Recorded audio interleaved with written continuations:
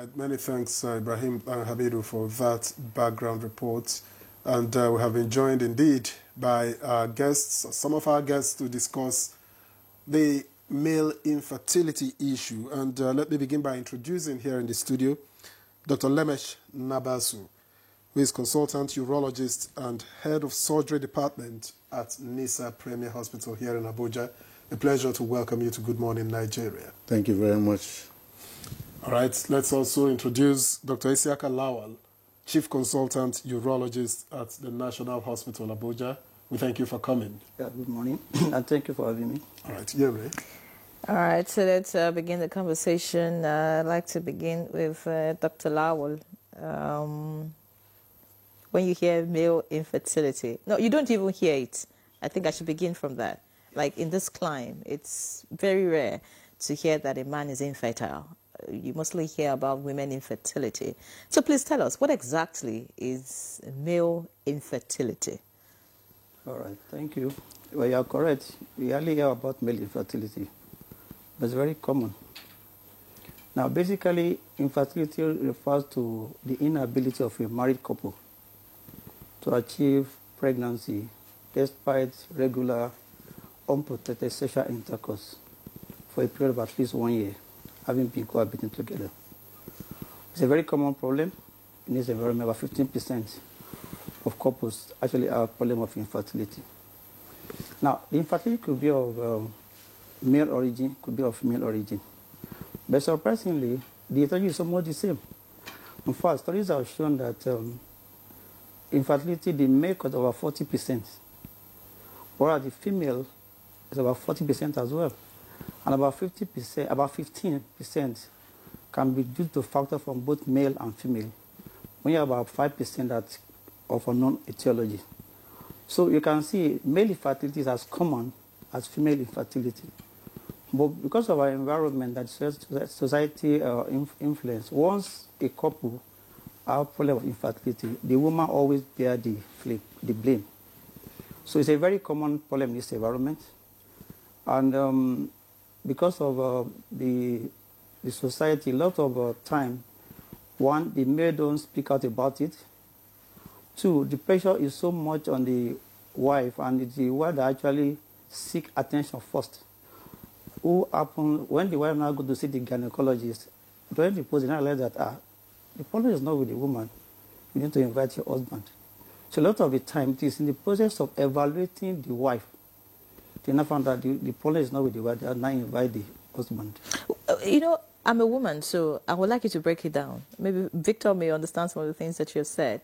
Because for a woman, when you say infertility, maybe she's not producing eggs, maybe her womb is not conducive. These are, you know, the issues surrounding women, infertility in women. But for a man, is it that there's no erection, or is it that there's no sperm release? I mean, how are you able to say that, you know, this person is infertile as a man? For a man to impregnate a woman, that man must be able to produce sperm, that's spermatozoa, which must be of an adequate volume, and there need to meet some parameters, vis-a-vis the motility, the morphology, that is the normal forms and the abnormal forms. Even if the man is producing adequate sperm, but the motility is low, he may not be able to move fast to be able to fertilize the egg. So that is the primary problem.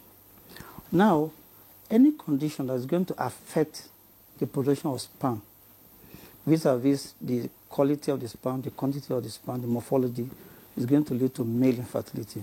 And there are a variety of causes, but to make it simple, I will look at it this way. Sperm is produced by the testis. But for that testis to produce the sperm, it depends on hormone from higher centers from the brain, which regulate the production from the testis. Now, when the sperm is produced, it has to be transported through the duct, the ejaculatory duct, and the vas deferens before it can be released. So when you have an anomaly, either from the higher center like the brain, or from the testis itself, or during the passage, any of these three, or combination, can lead to male infertility. All right, thank you very much, Dr. Lawal. Now let me get to Dr. Nabasu. Yeah. Beyond the health issues surrounding male infertility, What's the place of lifestyle choices, alcoholism, and the likes in all of this? Okay, thank you very much. If you look at the causes of male infertility, there is a place for lifestyle choices as well. There are some lifestyle choices that people go into that may affect fertility. You have mentioned one. Alcoholism is one. If you look at the list of causes, part of the whole thing is alcoholism. As long as the individual is taking this for a long time with and also the dose of whatever it takes over a long time. Alcoholism is just one. Cigarette smoking and also other substance abuses like cocaine, marijuana. So there are so many things that one can indulge in that can affect the function, just like he mentions. Just like my colleague mentioned, the function of the sperms, everything, the function of the testicles, anything that affects the function of the testicle will affect the fertility of that individual. So these things can affect that. Diet as well, malnutrition, that is why when we are talking about the treatment, we bring in supplements on some occasions, because if the cause is dietary, nutritional supplementation can also help in reviving that testicle to some extent, not all the time, depending on the cause. Radiation as well. So lifestyle radiation can affect the testicle, either inadvertently or advertently. People whose occupation entail or involve exposing themselves into radiation, like even hospital workers. That's why there are a lot of regulations to make sure that those people are protected. So there are a lot of gadgets in the hospital that can predispose one to excessive exposure to radiation, apart from the natural one. So as well phones? as You talked about radiation from phones. Not the ones from phone have not been found to be adequate to cause harm to people like that. I'm talking about gadgets like X-rays. That's why when you go to health institutions, when they're about to expose a patient to X-rays, they protect themselves because they are there always. The patient is just there to be exposed once. The workers are there all day, on a daily basis, so they need to protect themselves. And there's a way to know the radiation dose one individual has received in a day. So there are some machines that can pick that. So people are protected. But if one is just not taking those measures to protect themselves, that can affect the function of the testicle. You talked about diet. Yes. Is it possible for a male child that is born to grow to adulthood and have poor sperm quality naturally? Yes. There must be a problem, though. A child can grow to adulthood and develop problems. The problem may have been from birth. From birth. Yes. So what are the factors from birth that could lead to poor sperm quality and eventual infertility? Some children, even before birth, while they're developing in the womb, there's a condition we call torsion and vanishing testes. The testicles can reduce in size over time. They shrink due to progressive twist. That twisting of the testicle against its blood supply can happen even before birth. After birth, it can happen. So when that happens, the parents may not even know. A child complaining of testicular pain may not know the implication, will not know the implication of that. The parents, most times, especially in this part of the world, do not know the implication of that. So once there is a relief, they don't seek medical attention. So if that keeps happening, it continues to injure the testicular cells, the ones that are involved in producing sperms. So with time, the population of those cells continue to decline, and that can lead to infertility. Does the size... So by the time they get to adulthood, they will not... In fact, you have to ask them, you have to go back And sometimes the patients don't know themselves. But if you have the privilege of meeting the parents, they may tell you, oh, he used to complain of this, he used to complain of this. Sometimes, if it happens at a time that the child is aware already, they might tell you, okay, I used to have this. I didn't really know why it happened. That might actually be the cause. So some of the causes you can get from history, not necessarily examination or laboratory investigations. So that can happen. Okay. And sometimes some of them, undescended, the testicles may not descend.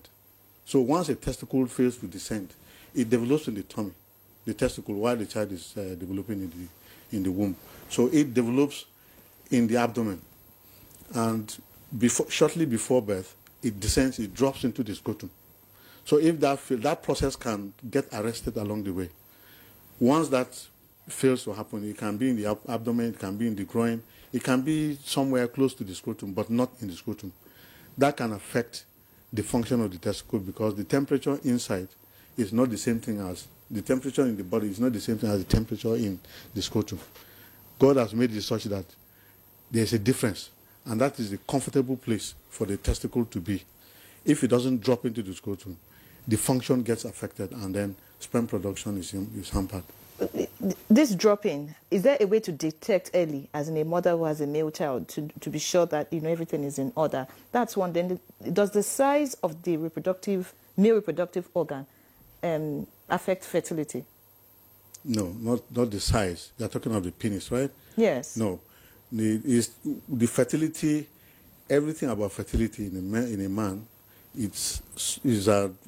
has to do with the testicle itself. Like he mentioned, my colleague mentioned, anything that affects the testicular function will affect fertility, not the penis. The size of the penis, yes, to some extent, if it's so bad that it can affect intercourse, yes, I can say yes. But otherwise, the problem almost always comes from the testicle.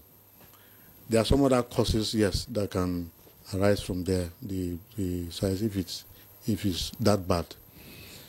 So going back to your question, the dropping of the, yes. You said something needs to drop at the testicles, right? Yes. So it needs to drop into the scrotum. So how does a mother check that it has dropped? And at what age is it supposed to drop?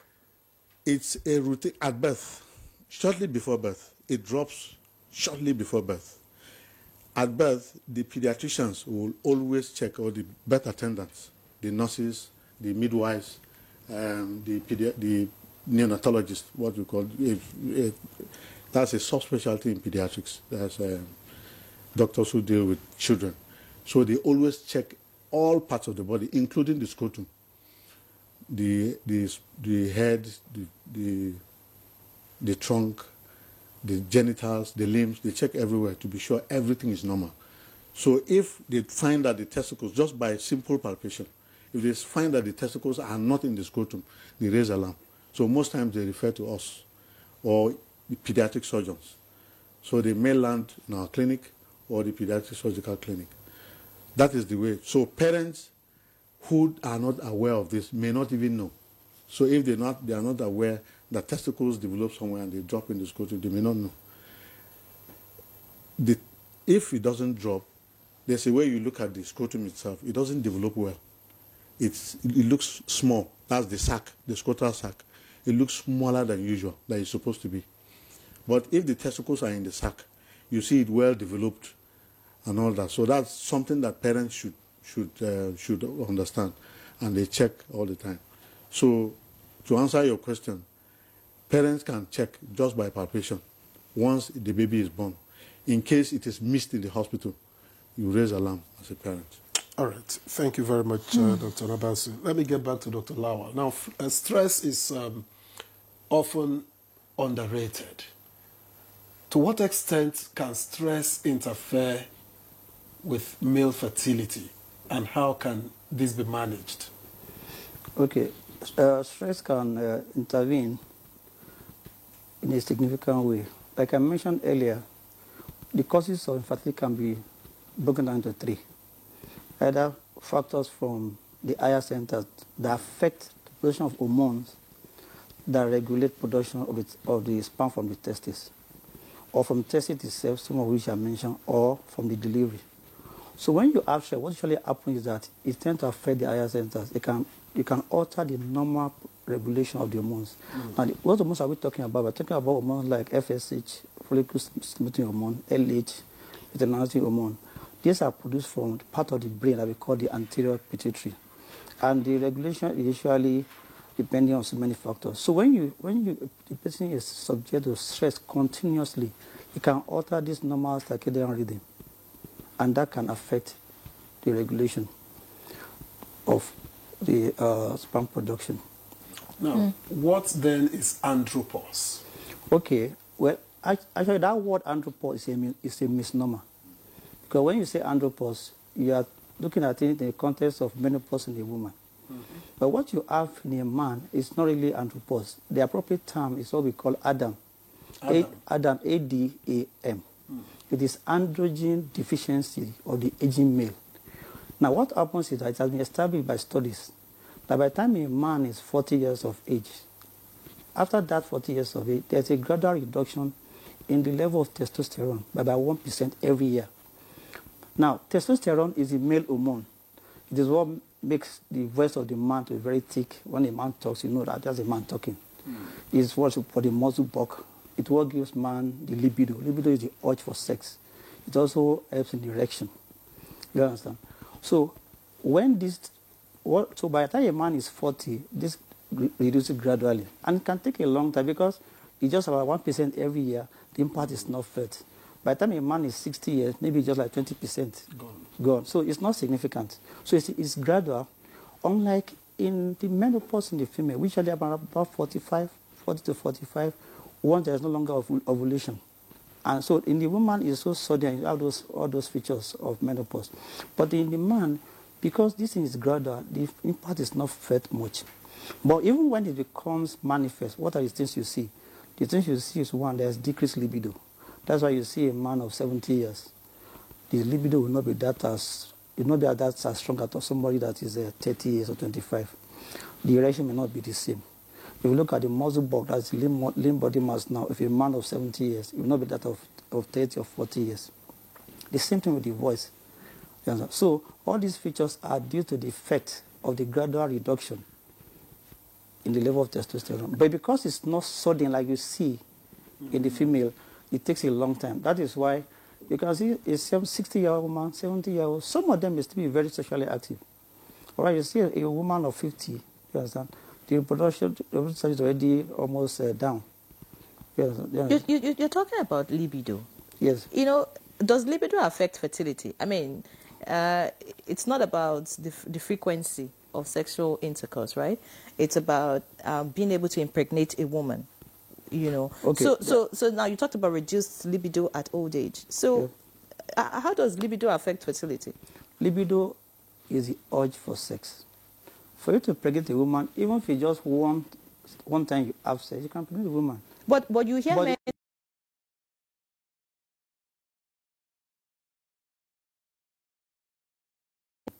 Right. Now, when a woman has sex, when a man has sex, it's not just to impregnate a woman. There's also the social aspect for satisfaction.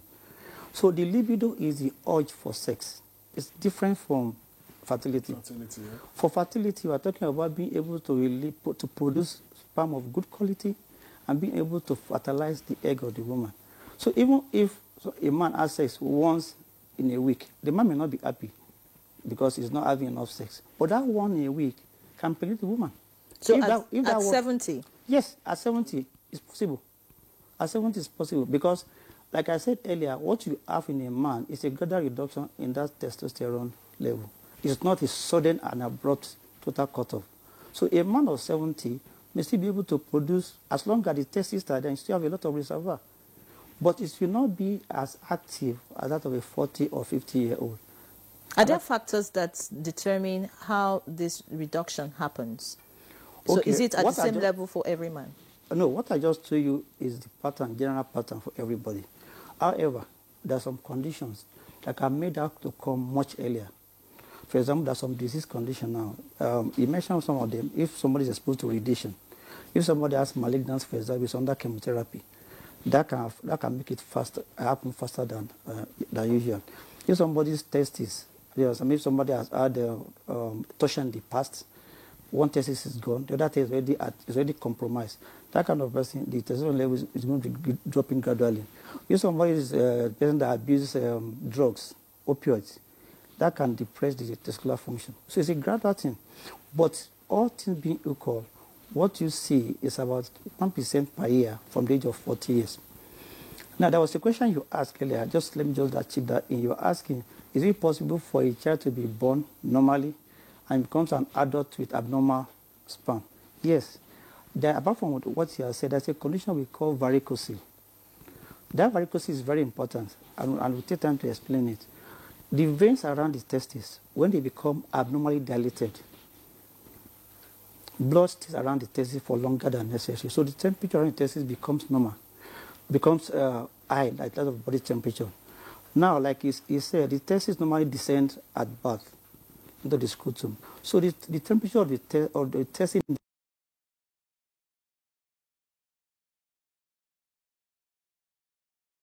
because that cause that temperature to rise is going to affect sperm production. So when a child or an adolescent has varicocele, it's going to cause impairment in sperm production. So the best can produce sperm, but the quality vis-a-vis the motility and the morphology will be poor.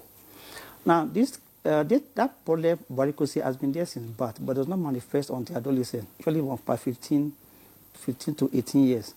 Now, unfortunately, that's when adolescents tend to be very shy. They don't want to share anything with their mom. So a lot of them may not even tell their parents they have a problem until it becomes so bad. But it is one condition that if it is picked early, it is reversible. It is correctable by surgery. So once any adolescent or young adult has pain in the testes, he must see a doctor as soon as possible. What if the pain is as a result of injury or maybe a fight? That is any pain in the testis. The testis is a very vital organ, but after the heart, the next important organ in the body, as far as I'm concerned, is testis. So once an adolescent, because that is what the time whether you're going to be able to procreate or not. Also, once you have pain there, yes, the pain could be from trauma. It could be from the torsion. That torsion that you mentioned, and that's very important because once torsion means that the testis is twisting on itself. When it twists on itself, the blood supply is compromised. And if that patient does not get to the hospital and intervene within 6 hours, that man or that young adult can lose that testis. So any kind of pain in the testis must be treated as an emergency, whether it is from torsion, whether it's from trauma, whether it's from varicocele. It's very, very important. Now, you talked about abuse of drugs, yes, opioids, for instance. Yes. What about regular medications? Can that also lead to gradual decline of libido? I don't know, not libido now, but sperm production. Okay. There are some drugs that can put the testes at risk. That's why for any of these major drugs, before you take it, you see your doctor. I mentioned one earlier. A patient is on the chemotherapy. Chemotherapy, those are drugs that are used to treat cancer. So once a patient is diagnosed with cancer and that patient still intends to have more children or is not married, there are some patients that are not fortunate enough, they have cancer even when they are not married, or they are married, they don't have issues. So if you now choose between the two, if you treat the patient with chemotherapy, it can damage the testis and the patient will not be able to fertilize. So what you do in such a case is that you bring the patient, cancel the patient and the wife, you can do sperm banking. They can take some of the sperm and a lot of centers now in Nigeria, fertility centers, have facilities to be able to store, to preserve sperm. So you can do that. So the patient goes for the treatment. By the time the patient completes the treatment, the testis may not be viable again. But because he already has sperm preserved, they can now use that for fertility. Okay. So that's one case. Many thanks. Just to let our viewers know that they can send in their questions and comments as regards this topic. The number is displayed on the screen. I'd like to get to you, Dr. Lemesh. This is an eye-opener, I must say, because just recently I was on the internet. There was a particular pastor's wife that was talking to women about infertility, and her comment was, if your husband has a problem, try to conceal it. Don't talk about it.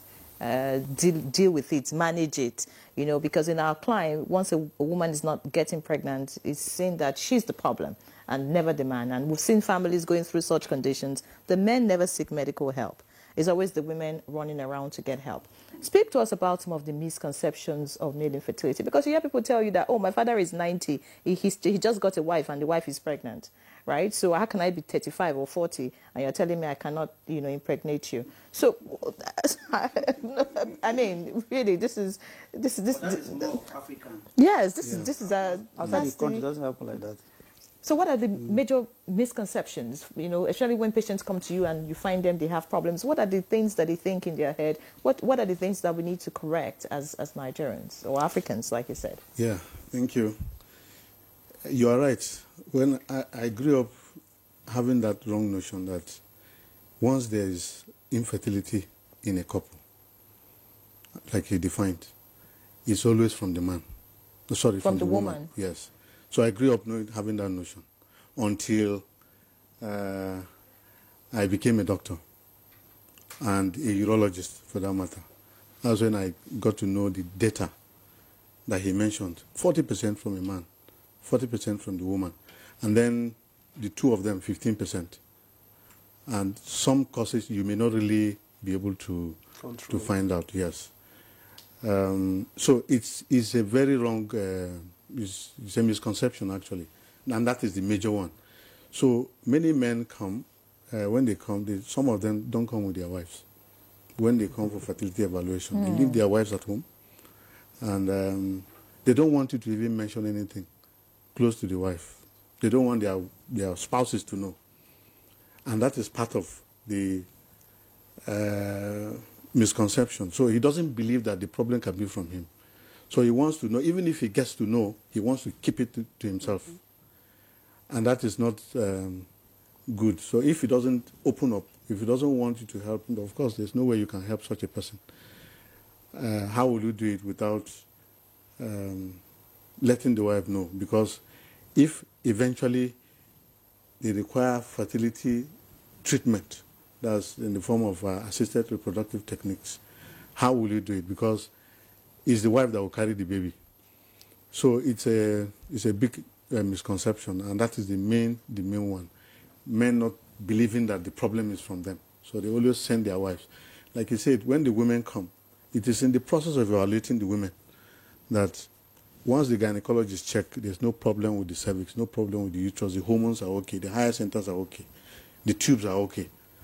They now send the men, they ask for the man to come.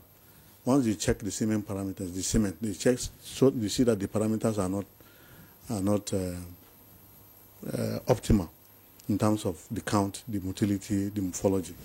So it is at that point you see most of the men, like in my own practice, that's when you see most of the men. Is when the women come to the clinic, you now see more. You hardly see a man coming to the clinic, say he wants to check his fertility. Once in a while I see them, but most of the time it's the other scenario.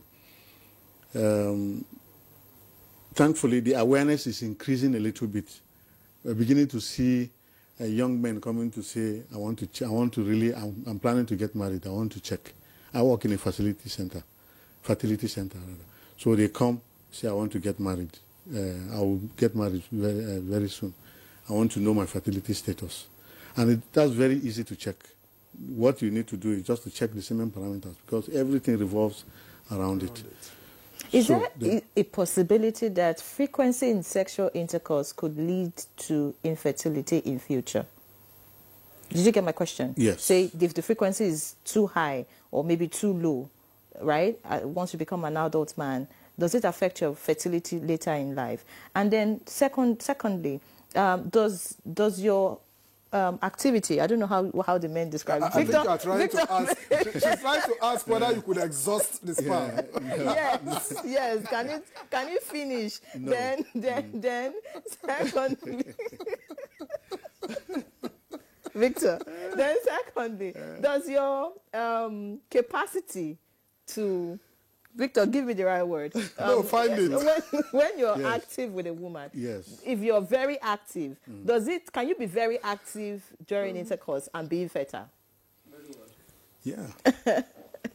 you can be very active and be infertile, because he told us earlier that the two are completely different. Libido, yes, male sexual function is completely different from fertility. You can because be very you hear men say, try me, you know that exactly. So, but it's not. Is it about the trial, or it's about whether you can deliver? They say that to us also. They say that to us when they come to the clinic. So they believe that once you are active, yes, you are capable of impregnating a woman, but that's not true. You can be very active as whatever you can use to describe it, but you may be completely infertile. Nothing, because if you look at the semen is just the water. The hormones may be okay, everything may be okay physiologically to make the man very active sexually. But looking at the testicular function, that fluid that you see during ejaculation is a contribution from the different parts of the genital tract, from the seminal vesicles, what we call seminal vesicles, the prostate, and some other organs, as well as the testicles. So the contribution from the testis is what is very, very important. That's the sperms themselves. Earlier you showed, there was a video displayed here. Those cells you see moving inside, when you put them under the microscope, those are the sperms that actually move actively to go and fertilize the egg. So if those sperms are not there, they may not be there because of the several factors that have been mentioned. Higher centers, the testicles themselves, or even obstruction. It can be obstruction. The testicles may be producing, but the cells may not get to where they're supposed to get to. So, yes, the answer is that they can be very active and infertile at the same time. So if those cells are not there, they cannot impregnate a woman. And sperms cannot finish. Sperms cannot. Well, are you talking about the semen or sperms? I think she's talking about if sperms can finish. Sperms can finish if there is a medical condition that will affect the production, as mentioned. But the semen will always be there. The person will always be able to produce. Yes, produce semen. Or the person will be active sexually. But the sperm, something can happen along the way and affect the sperms that you won't see inside the semen. If you're docile, does it affect the sperm? Say a man who is inactive, does it affect how active your sperms are? A man who is not active sexually? Yes. No. It's if you are inactive sexually, the sperms can still be there. And viable. All right. I have questions of my own. I'll come to demography shortly, yes. But I understand our correspondent in Port Harcourt, Robinson Derataide, is waiting for us live to give us a situation report from Rivers State. Good morning, Robinson.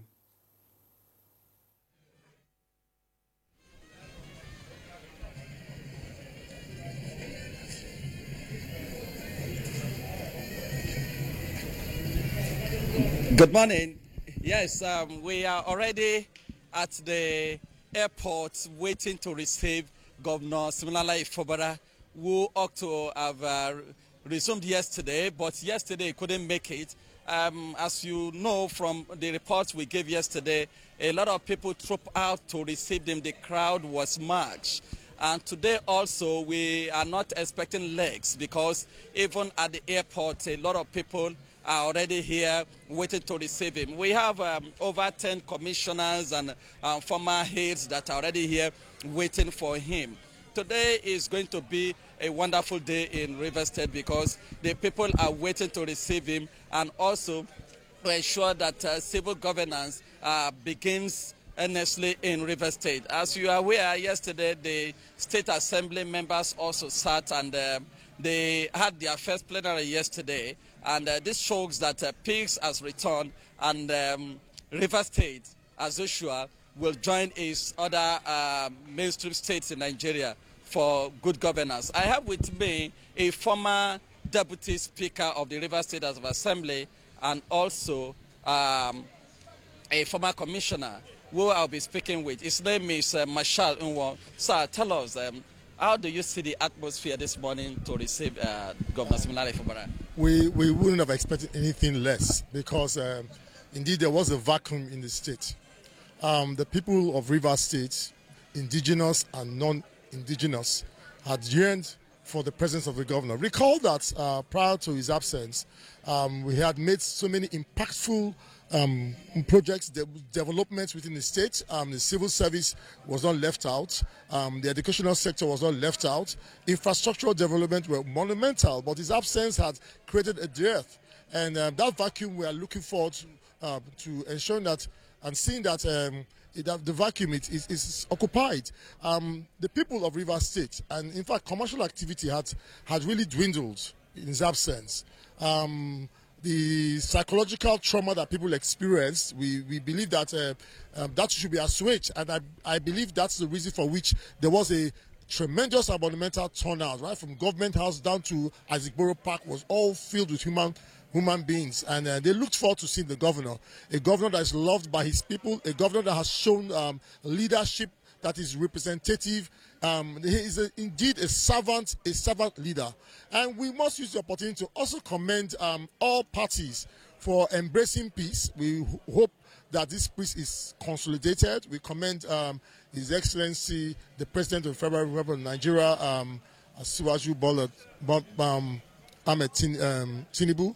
Well, we commend him because he has shown some fatherly disposition, and we want to say to him that you have a reliable ally in the governor of Rivers State, Sir Similari Fubara, because he has shown that even in the midst of provocation, he ensues peace and he preaches peace. Thank you, sir.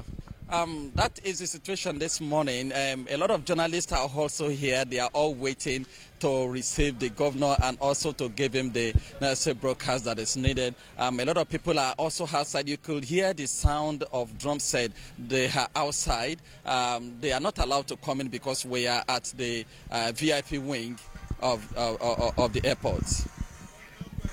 Robinson Daratayde, thank you very much for the update. I guess you will be back with us if Governor Siminalayi Fubara gets into town before we leave here, or at any time, by the way, for that matter. Thank you very much. But back here in the studio, I was talking earlier about demographic in terms of age. What do you find in your experience and practice? Are you seeing younger men coming in, for fertility tests? And what could be the cause of all of this? Yes, the answer is yes. I'm seeing younger men coming for fertility evaluation, and in actual fact, younger men coming with fertility problems. And the causes are many. They are not different from any what age range mentioned. From the age of in their 20s, men as early as in 20s.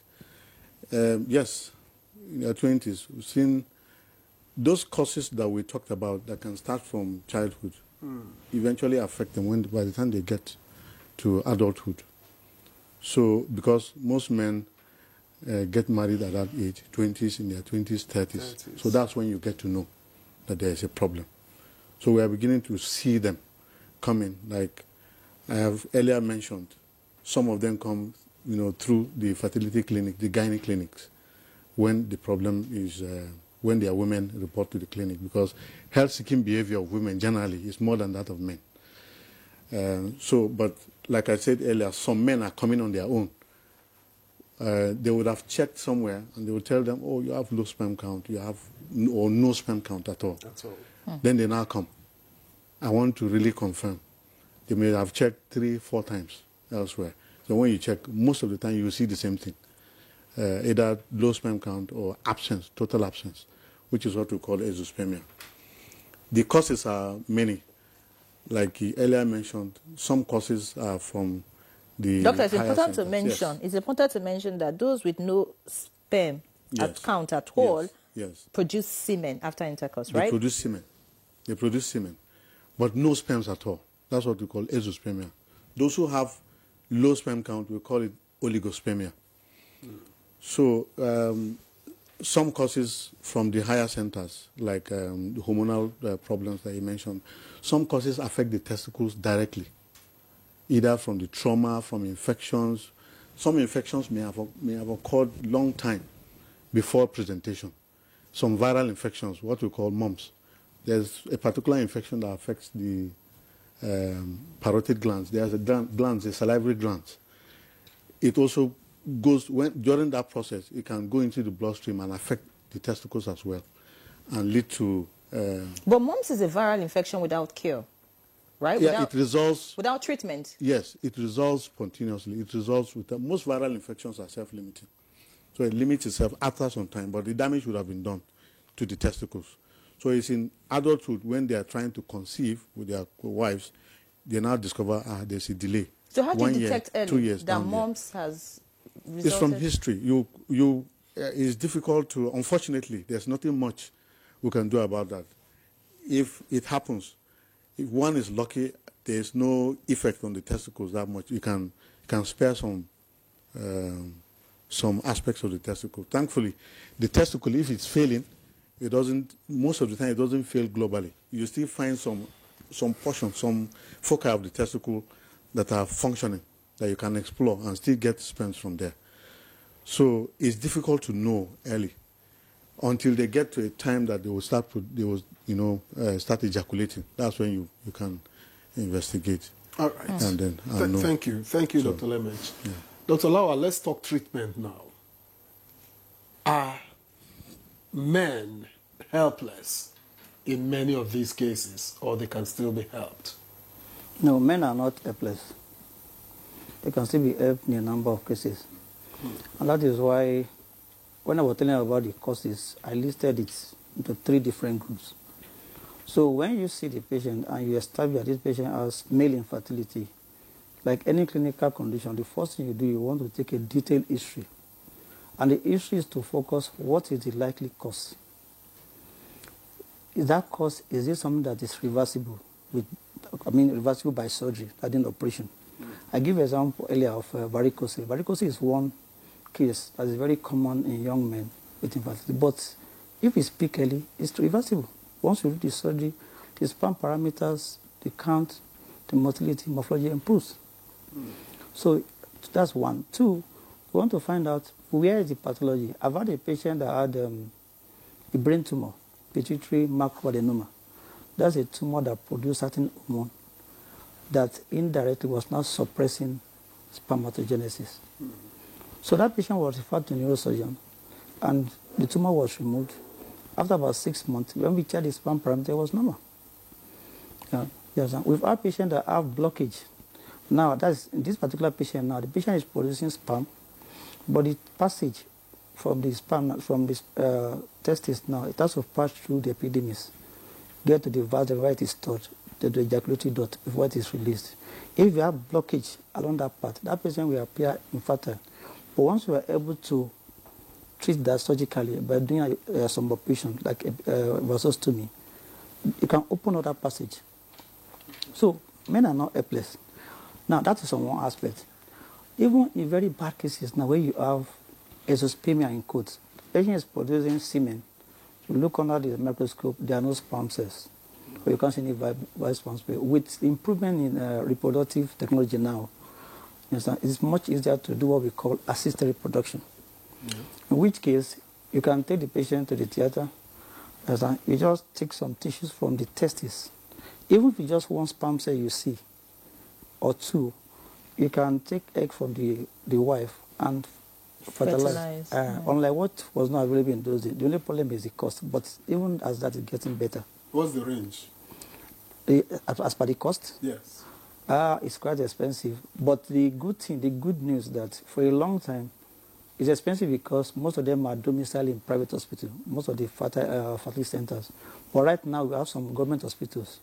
In National Hospital, we have a very well-established fertility center, and the cost is much cheaper than what you get in a private hospital. But it is expensive because of the drugs. Most of those drugs are imported, and because of the exchange rate now. So going forward, if the government can look at possibility of giving waiver on some of these drugs, bring down the cost. Yes, because for some patients, after you have excluded all the courses, you have done all the tests, some of them can even spend up to 2 or 3 million. What takes the bulk of the money is the investigation as well as the medication itself. The technical fee is not really too much. Doctor, I'm thinking, he spoke about temperature earlier. Yes. As being a factor. Yes, it is. Where is global warming affecting how our bodies behave? Because he's talking about more men coming down with this condition of infertility. I don't know. It's just a random question in my head. Yes, is climate change affecting, such that we're having hotter temperatures and all? Is it affecting that axis also? Well, the nature is so wonderful. The testis ideally should be fully descended at birth. And when the testis is in the scrotum, the temperature is much lower than the body temperature. The global warming we're talking about affects the environment as well as the body temperature. So once the testes are there in that scrotum, usually is preserved. However, one of the conditions that can cause that high temperatures, as I mentioned earlier, then young men that also wear very tight pants, that can also affect it. That's why we always encourage them that it's better, when they wear boxers, the testes are free, it's better. Regularly or sparingly? Oh, no, regularly. When you wear tight pants most of the time, it's not testis friendly. So from childhood, is it advisable for parents to ensure their male children? No, from childhood, it's advisable that before that child gets married, the mother should always cultivate the habit, or the father should be checking the testis or the scrotum regularly. You mentioned one condition earlier, undescended testis. You'll be surprised that some of them, the parents will not even know until that child is already an adult. So they don't check. So the parents need to cultivate the habit of checking their male children from time to time. You don't just say because they are now in secondary school, then you leave them like that. We have a patient with bilateral varicocele, which is something that is surgically correctable. But we won't detect it until the patient gets married and now have issue of infertility, which if the parents have been checking, by 15 years of age, this thing will have been picked and can be treated. Is diabetes a causative factor of infertility? Diabetes can be an indirect, but not really a direct cause. Because what it will do, it's because of impaired immunity, it may, but it's not really a direct cause. The direct cause are the ones I mentioned earlier. And at what age? You talked about tight panties and all of that. At what age should that become a practice, or is it from birth? No, once is an adult, or from adolescence, we always encourage it. Teenage? Yes, we always encourage that, so that the place will be well aerated, tight pants, and should pay more attention to the scrotum. All right, I'm sure we'll soon go on the break. We have quite a number of questions that have come in, so let's quickly take a look at some of those questions. Victor, I'm sure you have some.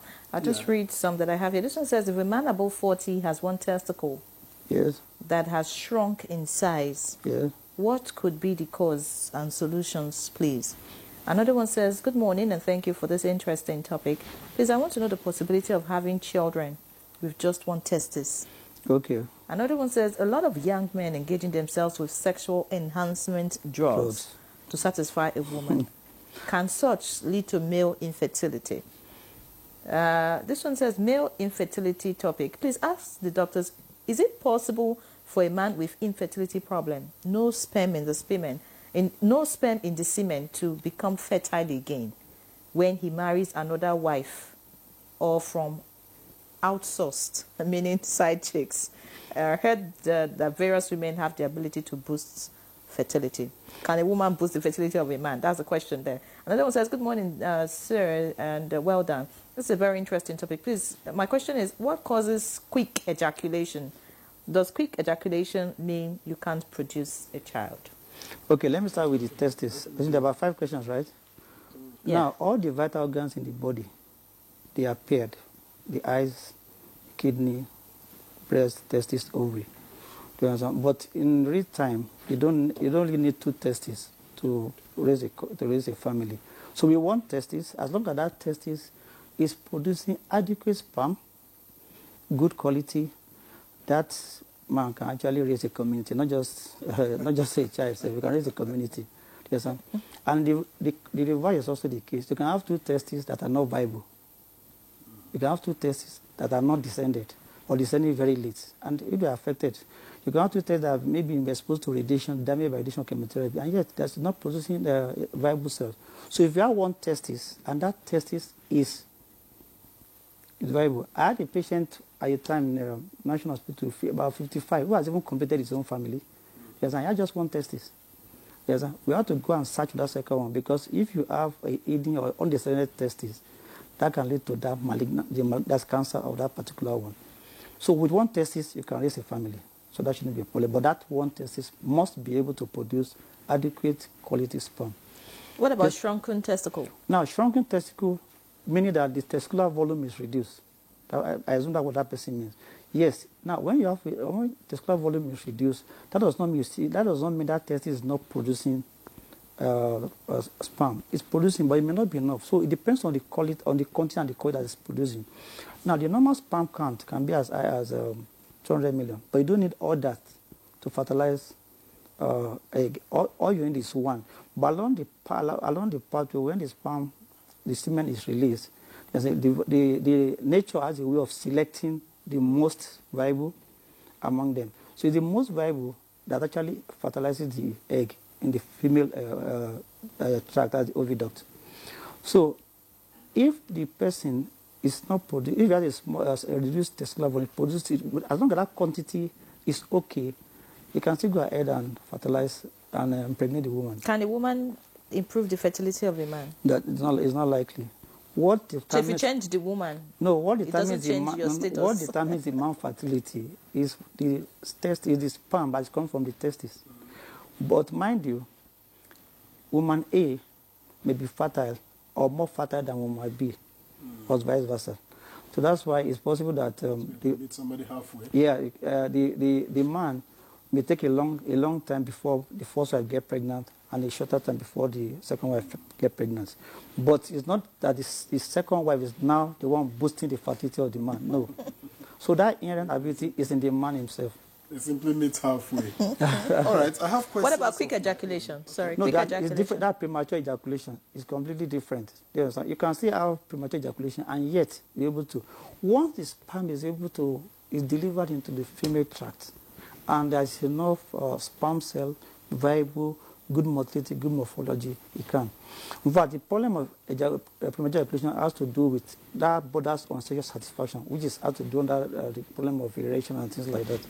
But you can have premature ejaculation, and yet you can still be able to impregnate a woman. All right. I have questions of my own, but I think we go on a break at this point so that when we return, we can begin with the questions that I have. Please stay with us. Good Morning Nigeria continues after this time out. All right. Thank you very much for staying with us. If you've just joined us, this is still Good Morning Nigeria on the network service of the NTA. And we've been discussing infertility in men, and it's been so far an enlightening conversation.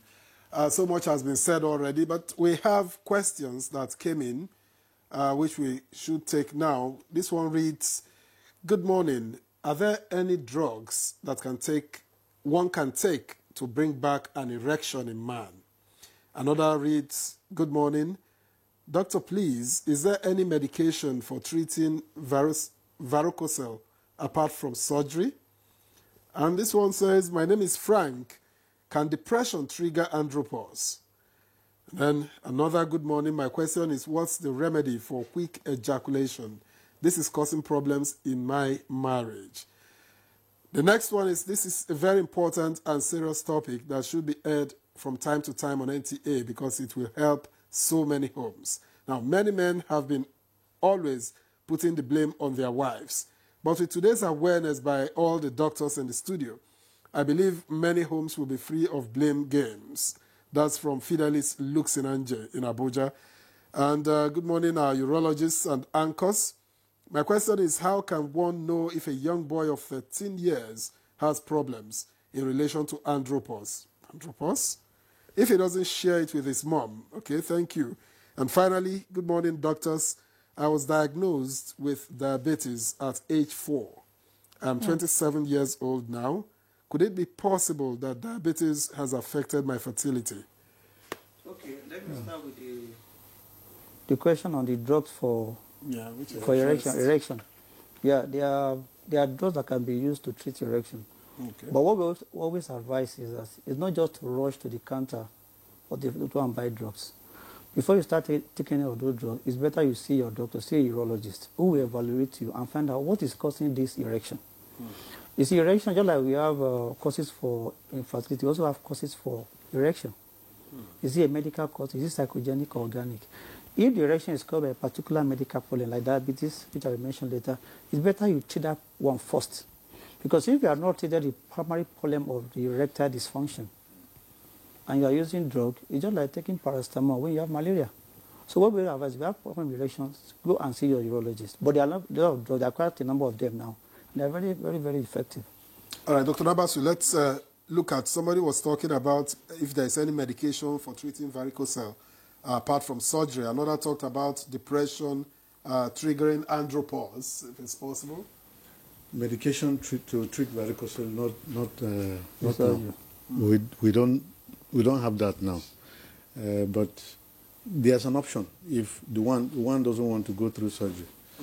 It's still a procedure, what we call interventional radiology, embolization. But that is not the first line treatment for the varicocele. The best and the first line is still the surgery that gives a better outcome.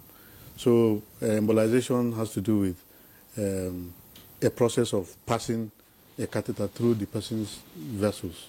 That is done by interventional radiologist, not urologist now. So they pass a catheter and inject something into the system, into the veins to go and block the veins that are problematic. So, but like I said, that is not the first line. Then can depression trigger andropause? Andropause, no. Depression to trigger andropause on its own, no. No, andropause, like you say, the term andropause is rather a misnomer. It's Adam, which has to do with gradual reduction in testosterone. It has to do with age. As a person ages from the age of 65, you notice a reduction. From the age of 50, there is a gradual reduction in testosterone, 1% per year. And then not really depression. So it's time that and another thought about quick ejaculation, if there's a solution that is causing marriage with his or premature ejaculation. Premature ejaculation, whether it's... Yes, that is causing problems in my marriage. I don't know whether yes, such a person requires an encounter with a urologist. He requires counseling, probably not one session. Because premature ejaculation is more of an anxiety problem. It will be excitement. The person is anxious before you know he has already ejaculated. All right. Well, we need to begin to round up the conversation. Dr. Lawal, let's hear solutions. You tried mentioning a few earlier. But speak about diet. Are there things that you could eat that could boost your sperm quality? Well, we encourage a lot of natural food these days rather than some of these food that have been processed. We encourage a lot of that because that tends to help in boosting the activity. We also encourage that some lifestyle modification too have been known to be very helpful because one of the conditions that can also lead to fertility when the person is obese. So any condition that can cause obesity can also lead to fertility. So weight reduction, regular exercise, avoiding cigarette smoking, avoiding alcohol have been known to be very helpful. Exercise? Exercise, yes, exercise. Exercise is very good. Yes, and weight control is also very good. It tends to help. Yes. Does prayers have any solution? I mean, can you consult your pastor? Can you pray about this? Well, you can always pray about anything. Doctors are also God-fearing. So anything you believe in, yes. But we always advise that you seek the advice of the expert first, where you pray. Yes, not the reverse. Now, for example, a patient with varicocele, like I said, if you speak early, it can be treated. But I once had a patient of, I think he was 35 years, bilateral varicocele, grade 3, that's the worst. If he was sick when he was much younger, the surgery will have reversed all those parameters. By the time the patient was presenting, the testicular volume was so much reduced. And even if we do surgery at that time, the outcome would not be as good as it had been when they have come much earlier. So it's good to pray. You understand? We are God-fearing. I pray 5 times a day. But always seek the advice of the expert. Is it possible to have post-infertility? What do I mean? So you already have a child, but you've impregnated a woman once, but you can no longer impregnate a woman. Yes, it's possible. What could lead to post-infertility? Okay, it can occur in both men and women. Do you understand?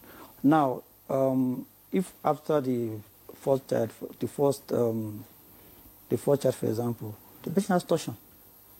Torsion can be unilateral. That's one affecting one testis or both testes. If you affect both testes and the patient is breastfeeding late, you have to remove the testes. That patient is going to have a problem. If somebody has a blockage of the tube, ejaculative duct, it can affect it. So it can happen after that. But in such a case, what we want to do, we try as much as possible to see if there is any kind of intervention you can do. If somebody has, maybe the person developed cancer after the first child and is exposed to maybe radiotherapy, you understand? It can affect the testes, and that person can develop impaired sperm production, or the patient is exposed to chemotherapy. So that's why when you have conditions like that, you always tell the patient that the risk is high. We need to take your sperm for banking. So after your treatment, then you can now use that for assisted reproduction. Is TRT a safe option in Nigeria, testosterone replacement therapy? Is it a safe option in Nigeria? What are the risks and benefits? Okay, testosterone replacement therapy is one of the options that can be used in patients with ADAM, that's androgen deficiency of the aging male. But before you start it, you need to see your urologist. Because once you give that hormone, it also has its own risk. For example, one of the commonest cancer you see in men about middle life, 50, 60, is prostate cancer.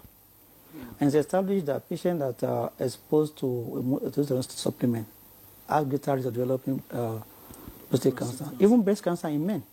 So if a patient is going to be on TRT, that patient needs to. And if you have to give it at all, you have to be low dose, and it should be for a short time. It's not something you go off the counter until you want to purchase. Now that you're talking prostate, okay, now that I'm talking prostate, okay, please go ahead. Go ahead, Ad. Apart from what you just mentioned, the TRT, if it's with the aim of improving fertility, is contraindicated. So you are replacing testosterone. The aim should be different, like you mentioned, Adam, not with the aim of improving fertility. Once there is fertility concern, so that is contraindicated. Just to add to what you said. Now, I've heard people say that men that are less sexually active are more prone to developing prostate cancer. How true is this? That the more active you are, the less inclined you would be to prostate. Yes, we've heard that recurrently. It has been a recurring question in clinics, at fora like this, and everywhere. It's if you recall, there was a disclaimer that was posted by NAWU's, our association in Nigeria, just to educate Nigerians on this, because it has. My friends ask me the same questions. Is it possible? People have tried to do a research on that, but there was no correlation. There was no strong correlation that was found between these two. That being sexually active reduces the risk of even if not cancer. Sexually active, but just ejaculating regularly. Ejaculating, no. It's, well, you can put it either way, being sexually active or ejaculating. Because some people will tell you if you ejaculate 21 times in a month, that the risk of developing prostate cancer is reduced. That was debunked by the association. So the answer is no. So people should not take that as a strong correlation. Yes. Okay. I'm thinking about emotional, your affection towards your wife. Does it affect your fertility? So if maybe some people are forced to get married, some will tell you, well, because you're not happy about your partner, so you become. I mean, does it affect your fertility in any way? It can affect your sexual interaction. So that's why when we define fertility, there are some keywords that are there. There must be evidence of regular, unprotected sexual intercourse over a period. So if there is a problem of affection, most likely the couple will not be having adequate sex. So if they are not having adequate sex, They are not staying together. Or if it's love across the ocean, one is in Lagos, one is in Kano, or one is in Nigeria, one is in US, you cannot say they are infertile. So there must be regular, unprotected sexual intercourse for a period of at least 1 year. So the affection will affect sexual interaction, but not directly the fertility. Fertility. Now, as we gradually round off this conversation, what role can awareness play in, reducing the cultural silence around male infertility and andropause? Awareness has a strong role to play. In fact, this kind of forum is one of such. One is that male infertility is common. If we don't take anything from it, you can take that. To the bank. It's as common as female infertility. Please say it loud so the women can Male hear. infertility is common, and it's as common as female infertility. So you can take that to the bank. But who should lead the campaign? Because it's a question of awareness now. Is it your association? Is it individual doctors? The journalists, media is unlikely to speak about it on their own because they're not specialists. It's everybody's duty. On our part, we are trying our best as an association. We have a body of urologists in Nigeria, and from time to time, almost every year, we meet every year. But even at zonal level, we meet. Even at state level, we meet. And some of these things, we bring it up. Also, our sister colleagues, the gynecologists, they also do that. So we must gather awareness. The media has a significant role to play. That is number one. Number two, the fact that the couple has infertility is not a death sentence. Now, there are so many facility centers available. You don't have to say, okay, you go to a medical house, I deliver at 60 years. No. The fact that you have your babies by IVF is not a crime. It's not a big deal. But outside the country, when a couple, they are married for a year or two, and they don't have children, the couple go together for the first time. So they are evaluated together. So you are able to pick where the problem is, the man or the woman. In fact, it is cheaper to pick it in the man, because in the man, just doing a sperm analysis, and maybe FSH, you can know where the problem is. But for the woman, you have to do so many tests to pick the particular problem. So awareness is very, very, very important. Number three, right now, there are so many centers that have facilities for IVF. I just told you that the National Hospital is available. I'm aware of some other centers too. And not just that, National Hospital and NISA Premier, they are certified to train IVF experts. So I'm beginning to see in the next 5 to 10 years, they're going to have this facility available in so many government hospitals. So that will down the cost. So people can just walk into a government hospital if they need it.